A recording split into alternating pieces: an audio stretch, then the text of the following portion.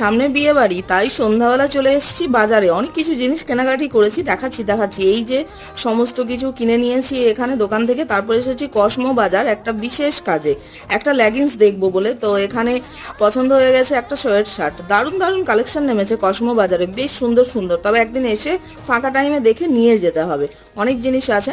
তো তারপর চলে এসেছি, দেখুন ওখানে লেগিংস পাইনি, অন্য দোকানে লেগিংস নিয়ে মিষ্টি নিয়ে বাড়ি। তো দেখাই কি কি এনেছি। এখানে আছে মাস্কারার সাথে কিছু গার্ডার, আর এই গোলাপগুলো চুলে লাগানোর জন্য, রোল অন, সাথে আইব্রো পেন্সিল, সমস্ত কিছু।